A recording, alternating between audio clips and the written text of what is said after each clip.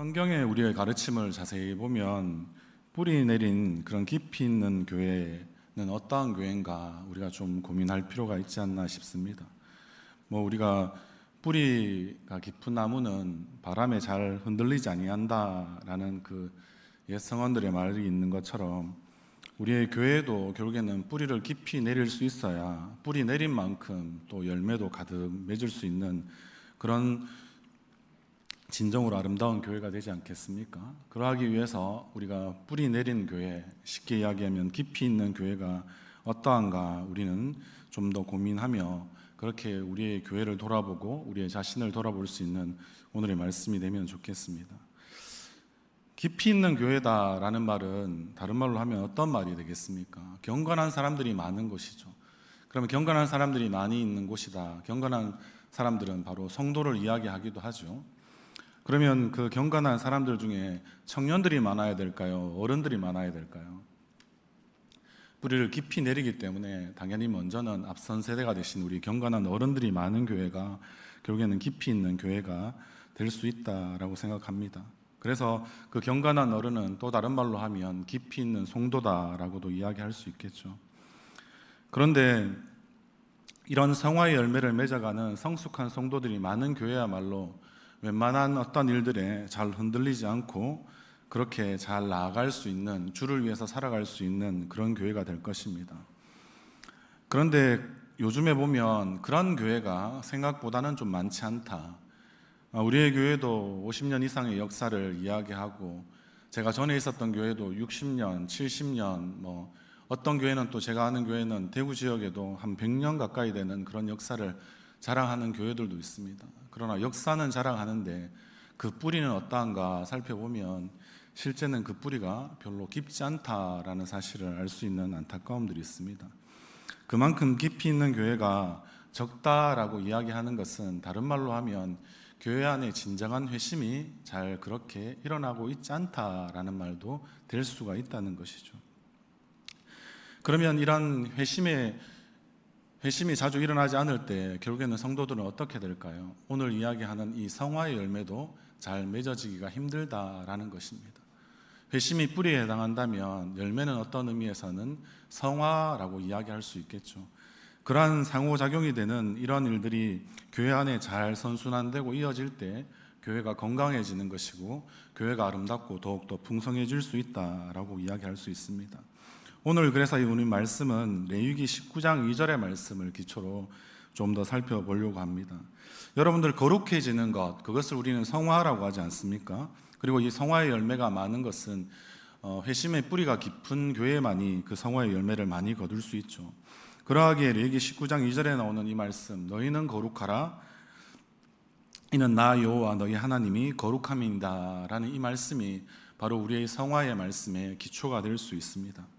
그런데 이 성화라는 것을 우리가 어렵게 정의하지 말고 좀 더 단순하게 그러나 우리의 좀 마음에 와닿게 정의 내려보면 어떨까요? 결국엔 우리가 너무나 많이 아는 것처럼 예수님을 닮아간다, 아니면 더 쉽게 하나님을 닮아간다 이야기하고 하나님의 형상으로 변화하는 것이다 라고 이야기하지 않습니까? 그런데 이 성화는 우리가 앞서 이야기하는 회심도 그렇고 칭의라고 이야기하는 의롭게 된 것도 다른 이유는 무엇이냐면 우리의 사람 자신이 성령의 역사에 따라 행하는 역할이 회심과 칭의와는 다르게 여전히 우리에게 주어져 있다는 것이죠. 우리에게 책임이 있다라고 이야기할 수도 있을 것입니다. 그래서 오늘날 성화의 열매는 보기가 어렵고 어떤 의미에서는 경건한 어른, 깊이 있는 성도들도 좀 이렇게 드물어지는 그런 현상들이 우리의 교회 가운데 많이 있다라고 할 수 있습니다. 다시 말해서 우리가 은혜를 좀 잘 받지 못했다라고 할 수 있다는 것이죠. 그렇게 되는 이유는 은혜를 받지 못하는 것은 우리가 많은 성도들이 결국에는 하나님의 말씀, 기도, 성례, 성도의 교제와 같은 은혜의 수단을 적극적으로 잘 사용하지 못한다라고 할 수 있고요. 아니면 그것을 좀 등한히 여긴다라고 할 수도 있습니다. 그러나 또 다른 한편으로는 좀 더 적극적으로 회개를 통해서 죄와 피 흘리기까지 싸우거나 또 죄를 죽이는 일을 쉽게 포기했기 때문이다라고도 이야기할 수 있는 것입니다.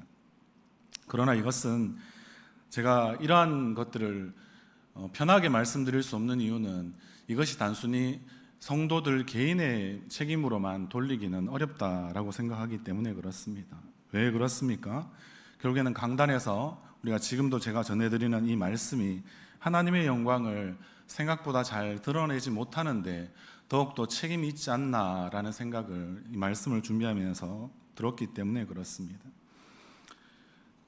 그럼에도 불구하고 여전히 은혜의 수단을 사용하는 성도들은 이 은혜의 수단, 말씀과 기도와 성례와 성도의 교제와 같은 것을 통하여서 더욱더 주님 앞에 나아가기를 우리는 주저하지 않을 수 있게 되기를 또한 소원합니다. 하나님의 영광을 드러내는 하나님의 말씀이 선포되는 교회에 속한다는 것은 그렇기 때문에 굉장히 중요한 일입니다. 우리가 성도 개개인이 만일 하나님께서 주신 은혜의 수단들을 전혀 별로 사용하지 않고 그냥 살아간다라고 하면 여러분들 아무리 이 교회를 오래 다닌다라고 생각해도 그 가운데 말씀에도 기도에도 그리고 우리의 성도의 교제에도 우리가 별로 크게 관심이 없으면 우리는 서로 영향을 주고받을 수 없고요, 하나님으로부터 또한 지극히 크신 은혜와 또 영광을 덧입기가 힘든 상황 가운데 있기 때문에 우리의 변화는 좀 거리가 멀어질 수밖에 없게 된다라는 것이죠. 그러한 상황들이 계속될 때 우리의 마음에 이런 생각이 듭니다. 나 진짜 회개한 거 맞나 싶은 생각이 드는 거죠. 왜 그러냐면 우리가 우리의 삶의 열매가 별로 이렇게 있지 않고 우리의 변화의 모습들이 결국에는 성장이나 성숙하는 모습들이 작아지면 작아질수록 우리 스스로의 신앙의 상태는 어떤 의미에서는 뿌리가 마른 듯한 그런 나무의 모습을 닮아가고 있기 때문에 그렇습니다. 결국 뿌리의 문제는 무엇입니까? 우리가 구원받았다라고 우리는 분명히 말씀에 기록되어져 있고 그것을 우리의 믿음으로 믿고 있는데도 불구하고 우리의 확신은 끊임없이 흔들리게 되고 결국엔 그것 때문에 우리의 열매 없음을 통하여서 우리의 뿌리의 상태도 우리가 다시 점검해 보지 않으면 안 되는 그런 상황에까지 이르렀다는 것입니다. 이것은 단순히 개인의 문제뿐만 아니라 우리의 교회의 문제일 수 있고요, 특별히 한국 교회가 앞에 말씀드린 대로 뿌리 깊은 교회가 되지 못하는 그런 이유의 어떤 지점에서는 같이 이 문제가 엮여 있기 때문에 그렇습니다. 이런 상황의 큰 그림 속에서 그리고 특별히 은혜의 수단인 하나님의 말씀 중에서도 저희는 오늘 이 제가 전하는 이 설교에 좀 더 초점을 맞추어 보려고 합니다. 은혜의 수단으로서 이 말씀은 물론 설교 외에도 하나님의 말씀을 읽는 것은 있습니다. 우리가 성경 읽기라고 하기도 하고요, 말씀 묵상이라고 하기도 하고요, 성경 공부라고도 하기도 하지만 그러나 저는 설교에 좀 이렇게 더 초점을 맞춰서 오늘의 말씀을 살펴보기를 원합니다. 그런데 이 말씀을 드리기 전에 성화에 있어서 그러면 왜 우리의 교회가 중요한 것인가, 교회 공동체가 중요한 것인가 우리는 먼저 살펴보기를 원합니다. 우리의 회심도 결국에는 중생도 결국에는 하나님의 말씀을 수단으로 하여서 분명히 일어나는 것입니다. 거기서 공동체의 역할이 중요합니다. 마치 회심과 중생에 대하여서도 함께 우리가 어떻게 주님 앞으로 돌아오느냐에 그리고 우리가 예수의 생명으로 살아가느냐의 문제도 되게 공동체에 있어서는 중요하죠. 그러나 그것보다 더 중요한 것은 이 성화의 작업도 훨씬 더 공동체가 중요하다는 것입니다. 주님께서 때로는 기도하신 대로 성도는 하나님의 말씀으로 거룩하게 되는 것은 맞습니다. 그런데 이것도 교회 공동체라는 이러한 이 한 울타리 안에서 일어나는 것입니다. 여러분들 한번 생각해 보십시오. 내 안에 시기나 교만이나 분노와 같은 치명적인 죄악들이 어디에서 가장 잘 다루어질 수 있을 것 같습니까? 믿음의 공동체인 우리의 가정이나 특별히 우리의 교회가 여기에서 잘 다루어질 수 있죠. 자신이 교만한 걸 어떻게 알 수 있겠습니까? 혼자 있거나 아니면 다 자기 잘난 맛으로 살아가는 그런 공동체가 있다면 거기에서 자신이 교만하다고 과연 생각할 수 있는 사람이 얼마나 되겠습니까? 그렇지 않은 사람들, 그래서 더 낮아지고 겸손해지는 그런 사람들이 내 주변에 있으면 있을수록 내가 정말 교만했구나, 그리고 더 많은 사랑이 이렇게 그 가운데 주어지는 공동체 안에서 결국에는 내가 쓸데없이 시기하고 그리고 저 사람을 비난했구나 라는 그런 생각들을 더 많이 할 수 있지 않겠습니까? 그리고 또 주변에 서로 자신의 어떤 뜻대로 이루어지지 않는다고 그렇게 막 화를 내기보다는 그 화를 내는 것이 아니라 더 어떻게든 이 하나의 공동체를 세워가기 위해서 아름답게 자신의 주장을 조금 더 숙이고, 그리고 서로 어떻게 하면 화평을 이루어갈 수 있을까, 그리고 그것을 통하여서 주님의 뜻을 이루어갈 수 있을까 고민하는 교회 안에서만 비로소 우리는 무엇을 생각할 수 있겠습니까? 내가 이 분노의 모습들을 조절할 수 있게 해주시옵소서, 아니면 절제할 수 있게 해주시옵소서, 그러한 부분들을 스스로 이렇게 배워가지 않겠습니까? 쉽게 이야기하면 여러분들 좋은 인격이나 좋은 품성은 결국 어디에서 길러집니까? 좋은 가정에서 길러지는 것이죠. 그렇듯 우리의 경건한 우리의 어른들, 그리고 경건한 우리의 다음 세대들이 결국엔 나오려고 한다면 어떻게 해야 할까요? 깊이 있는 교회가 반드시 필요하다라는 것입니다. 그래서 오늘 이 말씀을 우리는 좀 더 살펴보기를 원하는 것입니다. 하나님께서는 오늘 본문의 말씀을 통하여서 죄인을 거듭나게 하심으로 성도를 결국에는 새롭게 하실 뿐만 아니라 결국에는 그 말씀을 통하여서 성도를 얼마나 더 거룩하게 변화시키고자 하는 것을 잘 보여주는 것이 오늘의 본문이다라고 할 수 있습니다. 성화는 은혜라는 동력으로 시작되고 결국에는 진행된다는 것을 우리는 많이 알 수 있습니다. 오늘 본문의 말씀은 32장과 34장의 끝자락에 있는 그런 말씀의 결론과 같은 말씀인데요. 그 내용들은 우리가 많이 알 수 있지만 한 번 더 정리를 해보도록 하겠습니다. 율법을 받으러 우리가 산으로 올라간 모세를 기다리던 백성들이 실제는 지쳤습니다. 홍해를 건너오자마자 아마 채 한 달이 지난 상황에서 시내산에 이르게 되고, 시내산에서 결국 하나님은 이 백성들을 하나님의 백성다운 모습으로 세워가기 위해서 마치 이 백성들에게 가장 맞는 하나님의 말씀, 이 율법, 그리고 이 십계명을 주시기 위하여서 그들을 시내산 자락으로 모으셨습니다. 그런데 모세가 하나님의 말씀을 받으러 올라갔는데 40일이 지나도록 별로 점점 그들의 눈에 보여지는 지도자가 잘 보이지 않게 되고, 그것을 통하여서 많이 불안해하는 그런 모습들을 결국에는 그 백성들 가운데 일어나게 됩니다. 그래서 아론에게 이러한 이야기를 합니다. 출애굽기 32장 1절에 보면 우리를 위하여 우리를 인도할 신을 만들라라고 결국에는 이야기하게 되고요. 그래서 아론은 백성들이 계속해서 요구하고, 그리고 그것을 따져 묻기 시작하자 결국에는 금송아지를 만들었고, 그런 금송아지라는 결국 무서운 우상 숭배를 그는 앞에서 지휘하게 되는 것이죠. 하나님께서 산에서 모세에게 이 사실을 말씀하시면서 결국 목이 뻣뻣한 이 백성들을 다 쓸어버리고 모세에게는 큰 나라를 만들어 주겠다고까지 결국에는 하십니다. 모세는 어떻게 했을까요? 자기 혼자 잘 살기를 원하였으면 그 스스로가 출애굽을 이끌어내는 지도자로서 하나님의 종으로서 그는 섬기지 않았겠죠. 그래서 하나님의 그러한 말씀에도 불구하고 모세는 하나님의 제안을 거절해 버립니다. 그리고 다시 한 번 더 간절히 그는 예수님의 마음과 같은 마음으로 중보기도 하게 되죠. 그리고 하나님은 그러한 거룩하지 못한 이 우상 숭배에 제하게 대하여서 하나님이 사나운 분노를 일으키신 것을 결국에는 그치시게 됩니다. 모세는 산에서 내려와 죄의 문제를 아주 엄격하고 무섭게 결국에는 다루게 됩니다. 왜냐하면 그 한날에 결국 그 이스라엘 백성들이 3,000명이나 죽어나가는 그런 놀라운 사건들이, 또 안타까운 사건들이 그 가운데 일어났기 때문입니다.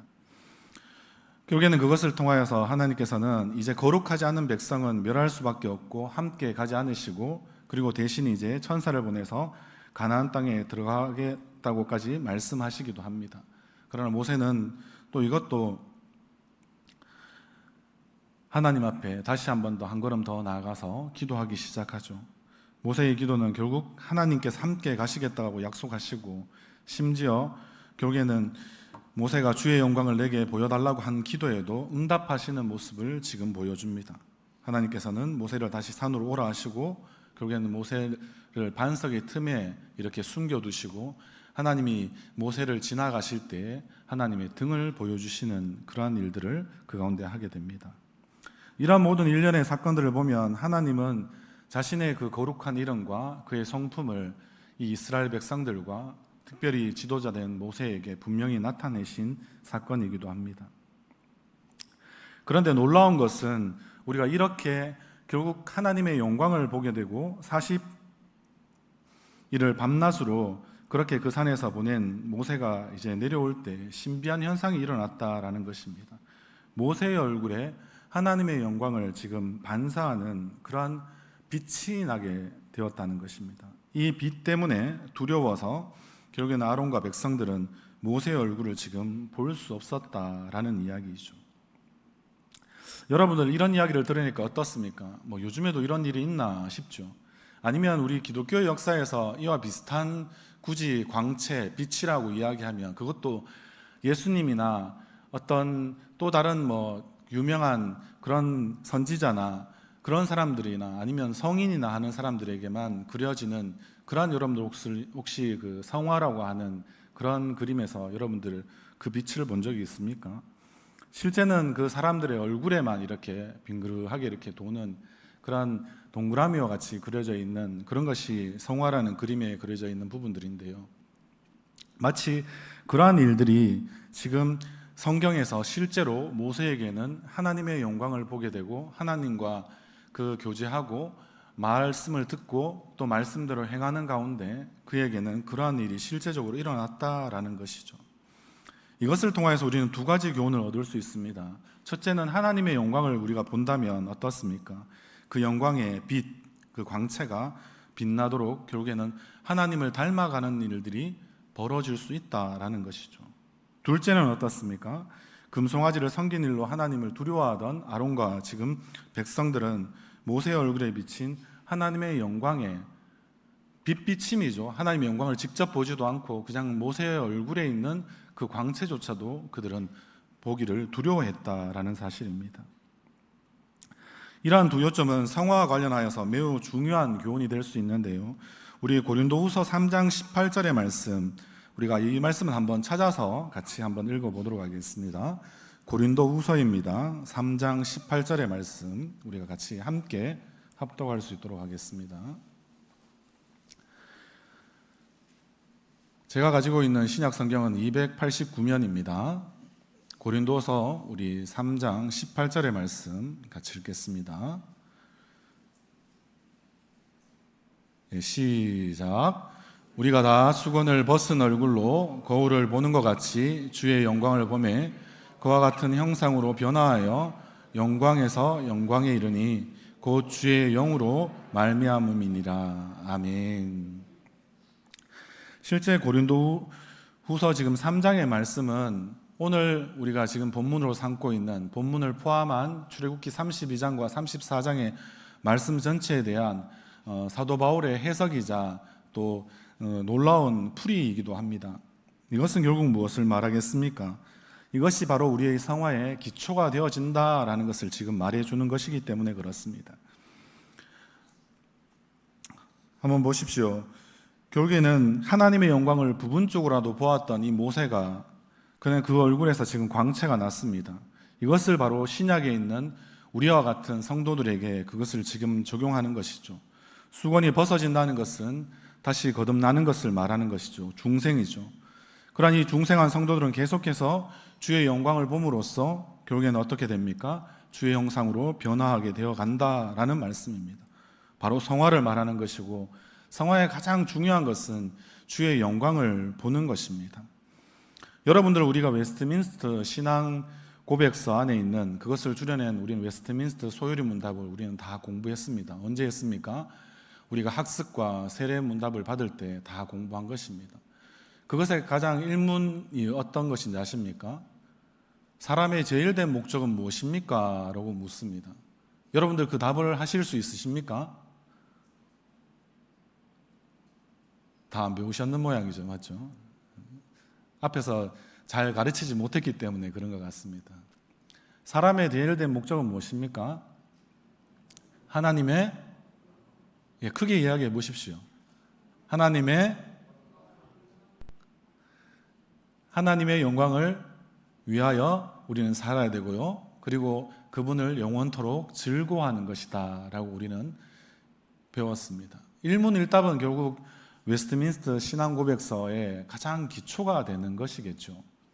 하나님의 영광을 위해서 사는 것이 어떤 것이고 그분을 영원토록 즐거워하는 것은 어떤 것인지 우리가 평생에 걸쳐서 알아갈 때 우리는 결국 인간다움을 회복할 수 있고 결국엔 그것을 통하여서 하나님과 교제할 수 있고 하나님을 닮아갈 수 있게 된다는 말씀 아니겠습니까? 그런 모습들을 우리가 봤을 때 성도는 결국 어떻습니까? 이 하나님의 영광을 보는 것은 한 번에 끝나는 것이 아니죠. 사람의 제일된 목적이라고 했으니까 이 목적이라는 것은 이루어질 때까지 계속해서 추구해 가야 된다는 것 아니겠습니까? 하나님의 영광을 그래서 한 번만 보는 것이 아니라 거듭해서 반복해서 시간이 된다면 매일매일 숨 쉬는 것처럼 그렇게 하나님의 영광을 볼 수 있어야겠죠. 그리고 성도는 그런 이미 영광스러운 상태에서 더욱 영광스러운 상태로 변화하여 가는 것, 그것을 성도의 성숙과 성장이라고까지 이야기할 수 있지 않겠습니까? 그리고 이것은 주의 영 곧 성령께서 성도를 거룩하게 변화시키는 역사라는 것입니다. 사랑하는 성도 여러분, 우리가 이것을 분명히 알 때 우리는 어떻게 우리가 이것을 이해할 수 있겠습니까? 우리 안에 복음에 대한 이러한 설교를 많이 들을 때 하나님을 보는 일이 여러분들 가운데 오늘도 일어날 수 있기를 바랍니다. 그렇게 될 때 어떻게 되냐면 고린도서 4장 6절의 말씀인데요. 찾아놓으셨으니까 6절도 한번 같이 읽어보도록 하겠습니다. 4장 6절입니다. 어두운 데에 빛이 비치라 말씀하셨던 그 하나님께서 예수 그리스도의 얼굴에 있는 하나님의 영광을 아는 빛을 우리 마음에 비추셨느니라. 아멘. 쉽게 말씀드려서 예수 그리스도의 얼굴에 하나님의 영광을 아는 빛을 죄인의 마음에 비추어 주십니다. 그리고 죄인은 거듭나게 되어진다라는 것이죠. 그래서 이미 거듭난 성도가 하나님의 말씀의 선포인 이 설교를 들을 때 그는 주의 영광을 계속 보게 될 수 있다는 것입니다.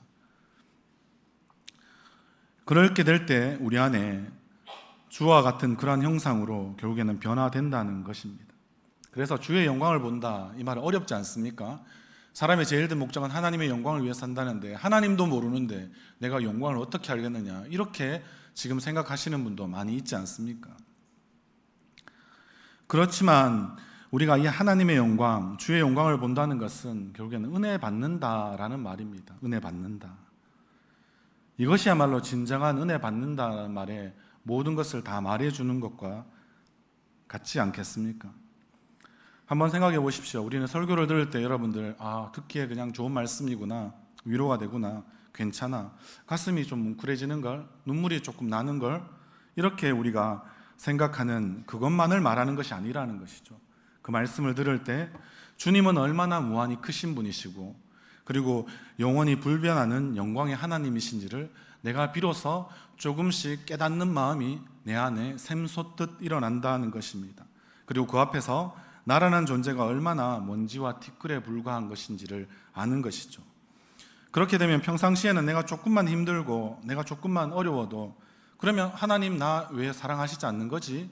우리는 이렇게 의심부터 먼저 하지만, 그리고 불평도 하지만, 그러나 설교를 통해서 하나님의 영광을 보게 될 때 그러한 말들은 이미 온데간데 없이 사라지고 결국에는 욥처럼 자신이 얼마나 작은지를 깨닫고 자신이 얼마나 죄인인지를 더 깊이 깨달았을 때 결국에는 그 크고 놀랍고 무한하시고 영원하신 그 하나님 앞에 그는 참으로 회개하는 모습을 욥과 같은 마음으로 우리는 할 수 있게 되어진다는 것입니다. 하나님이 나를 사랑하셔야 될 이유가 전혀 존재하지 않는 것조차도 내가 비로소 인정하게 되는 것이죠. 하나님을 향한 참된 경외가 일어나고요. 그리고 그러한 것을 통하여서 결국에는 하나님 말씀을 거부하거나 불편하게 느끼지 않고 오히려 더 자연스럽고, 그리고 그 딱딱하거나 나를 질책하는 듯이 느껴지는 말씀, 나의 폐부를 찔러 쪼개는 그런 말씀처럼 느껴져도 그것을 내가 마치 달게 받고, 마치 그래서 때로는 너무 쓰지만 쓴 약이 약효가 좋듯이 오히려 더 그런 질책하는 말씀, 나를 혼내는 말씀들이 나를 더 살릴 수 있다는 말씀으로 내가 더 깊이 이해하고 그 말씀을 붙들려고 무지 몸부림을 치게 된다라는 것입니다. 그렇게 될 때 우리는 베레아 사람들처럼 정말 간절한 마음으로 말씀을 받게 되고요, 성령께서 말씀을 그렇게 되면 조명해 주시고요, 우리의 마음과 영혼에 그러한 내가 깨닫지 못한 것을 새롭게 깨달을 수 있는 그런 역사가 우리 가운데 실제 일어나게 된다라는 것입니다. 쉽게 말씀드려서 하나님 앞에서 결국 자신을 알게 되는 것이죠. 그리고 사람은 결국에는 영광에서 영광에 이르는 진짜 원했던 참된 변화, 거룩한 변화를 우리가 경험할 수 있게 된다는 것입니다. 비로소 이런 과정들을 거쳐나갈 때 우리는 어떻게 됩니까? 그토록 내가 하나님과 연합하고 교제하고 싶었던 이 일들이 실질적으로 우리의 마음과 영혼에서 일어나기 시작하는 것이고요. 그래서 내가 하나님과 하나이고 우리의 같이 믿고 있는 내 옆에 형제들이 또 자매들이 우리의 지체들이 나와 한 몸이구나, 하나이구나 라는 것을 실제적으로 깨닫게 된다라는 것입니다. 그래서 그는 더 이상 형식적인 그리고 이름뿐인 그런 그리스도인이나 성도로서는 결코 머물고 싶지 않는 그런 마음의 동기가 깊이 또한 그 가운데서 일어나게 된다라는 것입니다. 사랑하는 성도 여러분, 이러한 깊이 있는 결국에는 성화나 깊이 있는 교회로 나아가기에는 가장 중요한 것이 앞에 말씀드린 그런 복음의 설교입니다. 그리고 설교자가 그런 부분들을 더 많이 하나님의 영광의 빛 안에서 여러분들에게 그런 영광의 빛을 볼 수 있는 그런 말씀을 여러분들에게 들려줄 수 있어야 한다라는 것입니다. 그럼 우리의 성도님들은 결국에는 어떻게 할 수 있을까요? 결국에는 하나님의 영광을 그는 바라보게 되고 하나님의 형상으로 거룩하게 변화되는 것을 더 마음 가운데 열망하게 되는 그런 소원들이 있다는 거죠. 그래서 어떤 의미에서는 우리의 소원의 대부분이 다 바뀌게 되지 않겠습니까? 하나님의 영광을 위해서 살고 싶다. 하나님의 영광의 빛이 나의 가운데 비치고 나도 하나님의 영광의 빛을 비추는 그런 사람, 참된 빛의 자녀가 되고 싶다는 그런 소원들이 먼저 첫 번째 기도 제목으로 그의 삶 가운데 있게 되지 않겠습니까? 그리고 두 번째는 어떻습니까? 두 번째는 결국에는 이 아론과 백성들이 두려워서 모세의 얼굴에서 방사되는 하나님의 영광의 광채를 볼 수 없다고 했습니다. 그들은 왜 두려워했겠습니까? 그들이 죄를 지었기 때문이죠. 결국에는 금송아지라는 이 우상을 만들고 그것을 숭배하고 그들이 즐겼기 때문에 그렇지 않습니까? 그래서 이러한 범죄는 결국에는 계속해서 죄의 악순환을 낳게 되는 것이죠. 그러면 그런 두려움이 결국에는 모세의 얼굴의 광채를 볼 수 없게 만들고 아론과 백성들은 거룩함을 입을 수 있는 그런 변화를 그들은 누릴 수 없게 되는 상황에까지 이르게 되었다라는 것입니다. 우리의 삶 가운데 한번 보십시오. 우리가 죄를 쉽게 생각하고 그리고 진지하게 대하지 않고 사소하게 여기고 결국엔 살아간다면 우리는 모세의 얼굴의 광채처럼 우리에게 주어질 수 있는 그런 거룩한 빛을 받을 수 있는 기회, 다른 말로 하면 거룩해질 수 있는 그런 기회를 우리 스스로가 박탈당할 수밖에 없게 되는 것입니다. 결국에는 우리 스스로 어떻게 해야 되겠습니까?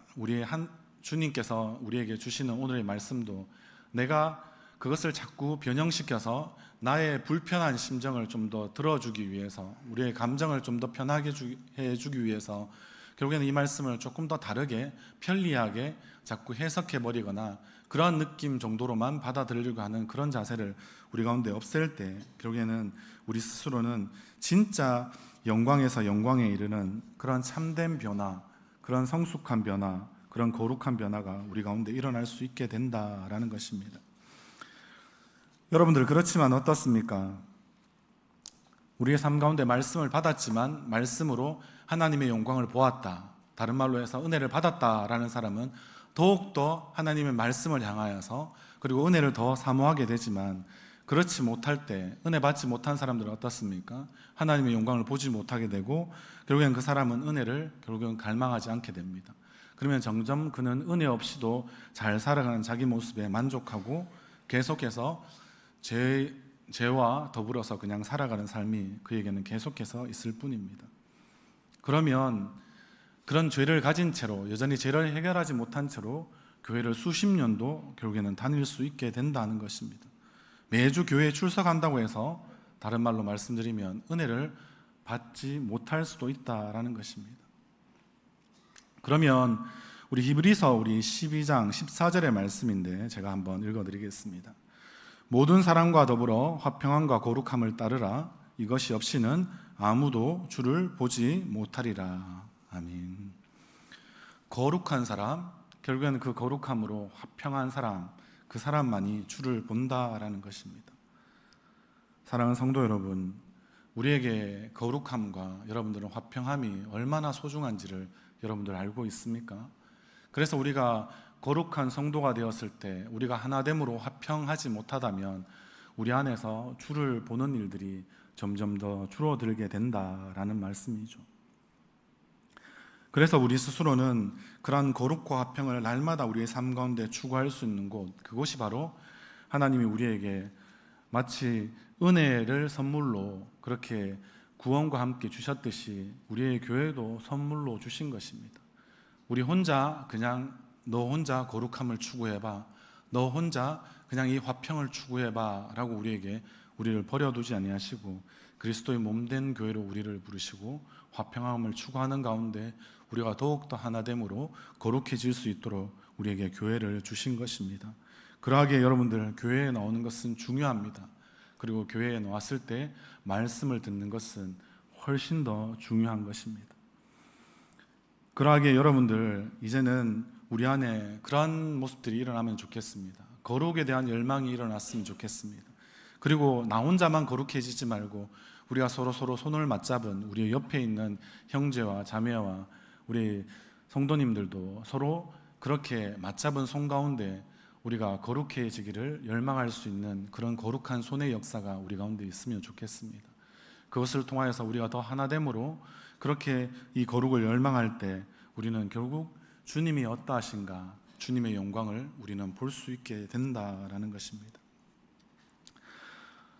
여러분들, 우리는 그래서 뿌리 깊은 교회, 깊이 있는 교회가 되기를 원하고, 그럴 때 앞에 서신 우리의 성도님들, 뒤따라가는 우리의 청년들이 함께 주의 말씀을 들을 때 주의 영광을 보게 되고 주의 형상으로 우리는 다 닮아가는 그런 일들이 우리 교회 가운데 더욱더 많아지기를 소망합니다. 그래서 여러분들, 그러한 모습으로 우리 스스로 계속 이런 것들을 원할 때 우리 안에 말씀을 마무리하면서 깊이 있는 회심과 결국에는 깊이 있는 성화는 결국 같이 가는 것입니다. 회심이라는 것은 뿌리의 작업이고, 그리고 성화는 열매일 수 있다고 말씀했지만 뿌리와 열매가 따로 있는 것은 아니지 않습니까? 연결되어 있지 않습니까? 진짜 회개하신 분들은 진정으로 거룩함을 추구하는 사람들이 될 수밖에 없습니다. 결국에는 그러한 일들이 그냥 자동으로 다 모든 것이 일어나는 것은 아닙니다. 우리에게 참된 경건이 교회 안에서 나타나게 될 때 회심에 대한 열망들이 얼마나 더 커져만 가겠습니까? 그리고 그것을 강구할 때 그 공동체 안에서 아직 회심하지 않은 사람들이 참된 이 경건이라는 것을 보면서 앞선 우리의 세대를 또한 우리 청년들이 바라보면서 회심하게 되는 그런 역사가 우리의 교회 안에 더욱더 많이 나타날 줄 믿습니다. 그래서 깊이 있는 교회가 두 날개로 날아올 수 있다고 이야기하면 그 두 날개에 해당하는 것은 바로 왼쪽에 있는 회심과 오른쪽에 있는 성화라는 그런 두 날개가 있지 않겠습니까? 우리가 이 두 가지 회심과 성화라는 은혜를 우리가 깊이 있게 구하며 정말 우리 청년들과 성도님들도 모두 그렇게 주님의 형상으로 닮아가고 주님의 영광을 보고 주님을 늘 바라보니까 마치 큰바의 얼굴에 그 소설에 나오는 이야기처럼 자기는 어느 순간에 어떻게 닮아갔는지 몰랐는데 나중에 알고 보니까 유명하고 뛰어나고, 그리고 세상이 인정해주는 사람들은 그 큰바의 얼굴을 닮지 않고 결국에는 늘 그 큰바의 얼굴을 닮아가는 사람, 그리고 큰바의 얼굴에 있는 사람이 누구일까를 그렇게 고민하면서 그렇게 늘 큰바의 얼굴을 바라봤던 그 사람이 결국에는 어니스트라는 주인공이 실제 큰바의 얼굴의 모습을 닮아간 사람으로서 그렇게 그 소설에서도 나오지 않습니까? 마치 그런 것처럼 우리도 지금 회심이나 그리고 또 이 성화가 무엇인지 다 잘 모르지만, 그러나 주님을 보는 것도 주의 영광을 아는 것도 우리는 다 알 수 없지만, 그러나 끊임없이 내가 바라볼수록, 그리고 이것이 내 안에 어떻게 변화되었는지를 내가 잘 알지 못하지만 앞에 있는 경건한 우리 어른들께서 먼저 그 길을 가실 때 우리 뒤따라가는 다음 세대인 우리 청년들도 그런 경건의 모습들이 회복되어지고 그 거룩함을 결국에는 그도 추구하며 결국에는 하나님의 형상을 또한 닮아갈 수 있는 그런 우리 모든 대구 태연교회의 우리 성도님들과 청년들 되기를 주님의 이름으로 간절히 소원합니다.